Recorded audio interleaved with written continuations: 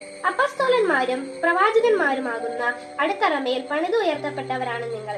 ഈ അടിത്തറയുടെ മൂലക്കല്ല് ക്രിസ്തുവാണ്. ക്രിസ്തുവിൽ ഭവനം ഒന്നാകെ സമന്വയപ്പെട്ടിരിക്കുന്നു. കർത്താവിൽ പരിശുദ്ധമായ ആലയമായി അത് വളർന്നുകൊണ്ടിരിക്കുകയും ചെയ്യുന്നു. പരിശുദ്ധാത്മാവിൽ ദൈവത്തിന്റെ വാസസ്ഥലമായി നിങ്ങളും അവനിൽ പണിയപ്പെട്ടുകൊണ്ടിരിക്കുന്നു. മിസ്റ്റർ പൗലോസ് ശ്ലീഹ എഫെസ്യസ്കാർക്ക് എഴുതിയ ലേഖനം 2-ാം അധ്യായം 1 മുതൽ 22 വരെയുള്ള നിന്നുള്ള ചോദ്യോത്തരങ്ങൾ.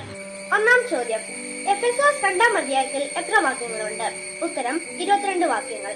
2-ാം ചോദ്യം: 2-ാം അധ്യായം എന്തിനെ കുറിച്ച് പറയുന്നു? ഉത്തരം: ദൈവിക ദാനമായി കിട്ടുന്ന രക്ഷയെക്കുറിച്ച്. 3-ാം ചോദ്യം: എന്തു കാരണത്താലാണ് നമ്മൾ മൃതരായിരുന്നത്? ഉത്തരം: അപരാധങ്ങളും പാപങ്ങളും മൂലം. 4-ാം ചോദ്യം: അനുസരണക്കേടിന്റെ മക്കളിൽ പ്രവർത്തിക്കുന്നത് എന്ത്?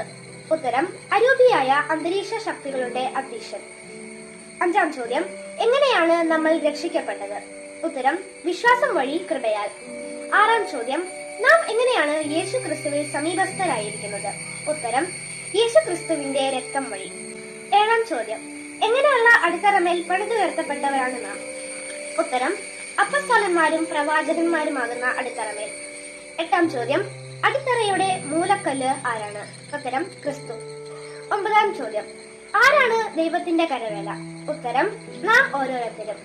10-ാം ചോദ്യം: വിശ്വാസത്തിലൂടെ ലഭിക്കുന്ന ദാനമേത്? ഉത്തരം: രക്ഷ.